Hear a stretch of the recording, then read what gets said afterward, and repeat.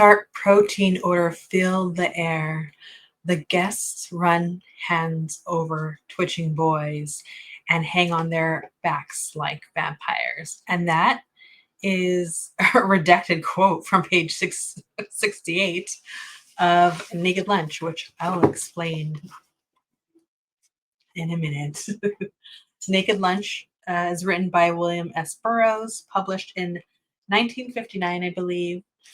Other books by the author are Junkie, Interzone, The Soft Machine. I'm reading this to fulfill a reading prompt for my interview within Vampire Inspired Readathon. We're snooping onto the shelves of our beloved characters. So for Daniel Malloy, whose shelf I'm exploring right now, there are 6 prompts. So I'm reading 6 books, and this fulfills the prompt. Daniel is a recovering addict, so read a book about drug addiction. All right. So this book is about it's like a fever dream, a drug-filled fever dream. And this may just be the most disgusting book I've ever read in my life. And I didn't finish it, but we're going to be here and I'm still going to talk about it. Let me pull up my notes for a minute. And you know what's so funny is that a buddy of mine, Mad World, basically like warned me, like, I don't think you're going to like this. And I was like, really? I was 2.5 chapters in, and I was really liking the way like the writing is. I'm well aware of that this has to do with like addiction. Someone in like the height of addiction, but I know so little about the author. And so, fulfilling this prompt, I'm reading it. I found out after because I had to look up this guy that apparently he murdered his wife, which I'm confused that he was married to a woman. I don't, that's a whole other thing. Okay. So before I go off about this book, let me stick to the positives. This book it's written with such a frenetic energy, and I felt like the way that the author is writing, uh, the mix of imagery and like jumbling about in thought, but in a way that made sense to me. Um, I don't know how to say this. I felt like uh, the way that he writes in this frenetic way reminded me of how like my thoughts flow from one moment to the other. And so when I was reading it, although this like the rhythm of it makes sense, and is probably why it comes off cohesive, even though it shouldn't make sense. If that makes any sense. Um,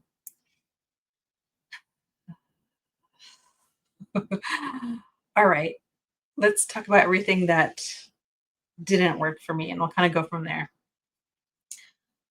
There's a lot of like I want to say like fetishization. There's like predatory behavior. I had to like yeah, I had to redact the quote that I used because it's so vulgar.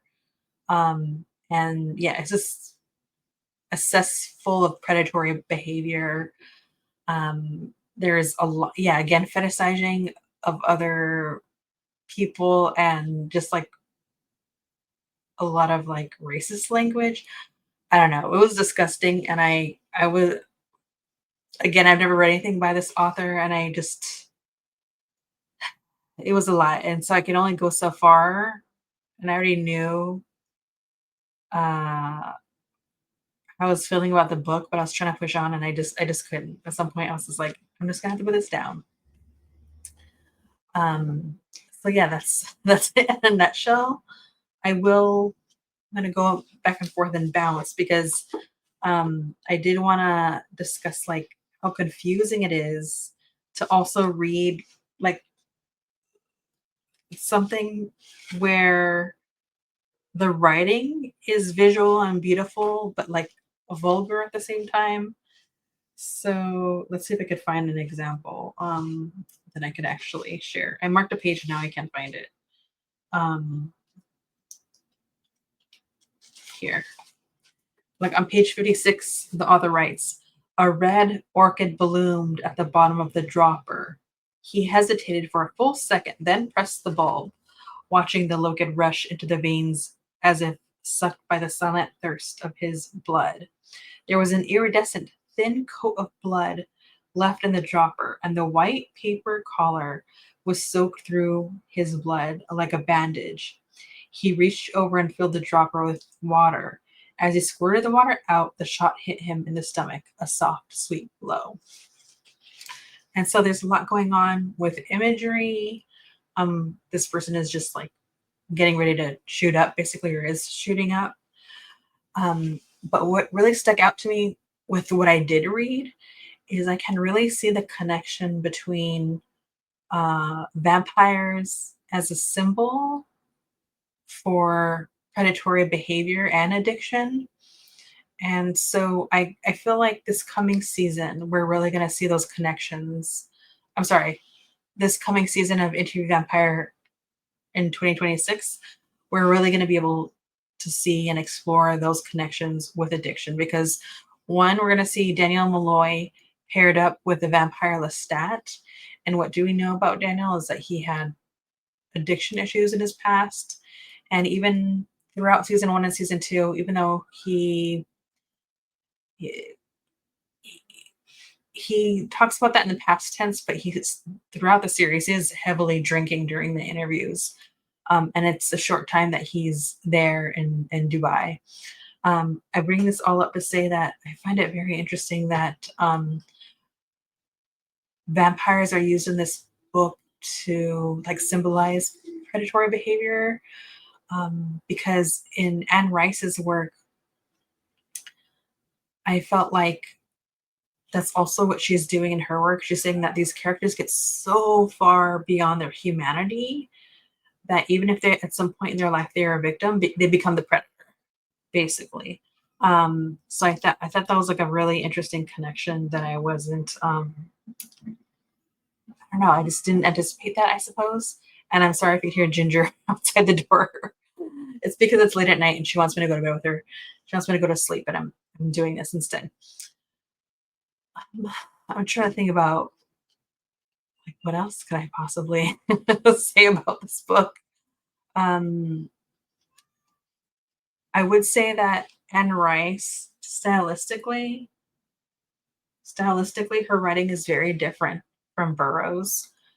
But there's something about how she captures images and connection that reminded me of Burroughs. Now that I've read a little bit of Burroughs, and even some of the words, like he uses the word iridescent, and that is a word that Anne Rice uses, not overly uses, but uses enough to where I noticed. So much so that Louis de Point du Lac, I know he's used that word in I want to say season two.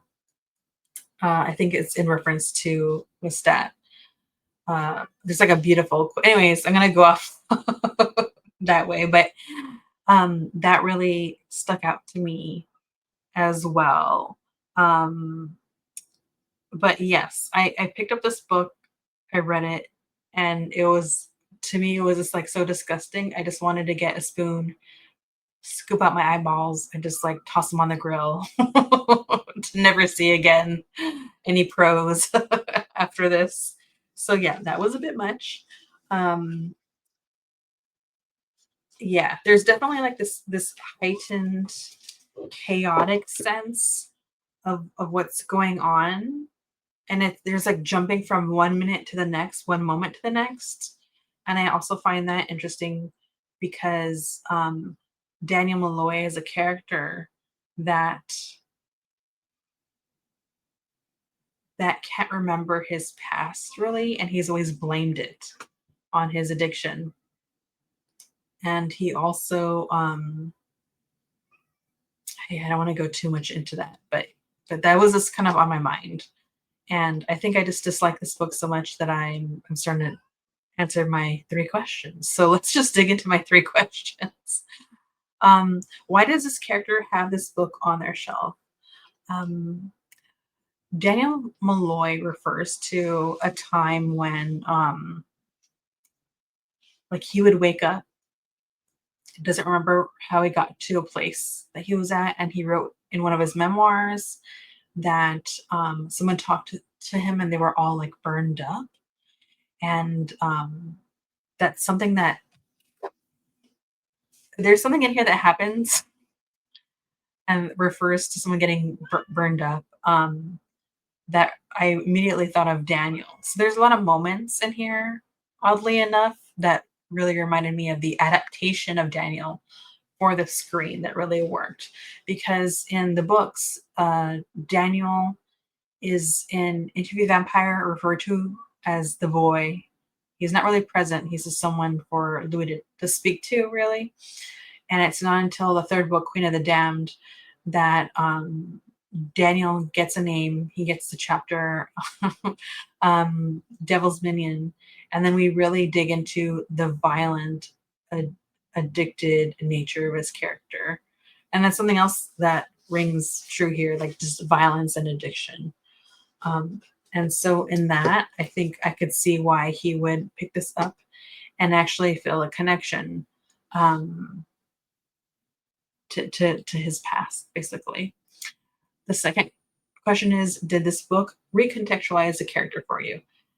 Yes, because I did not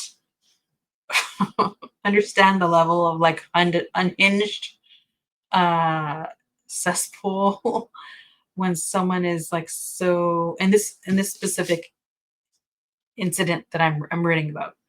It's different for everyone.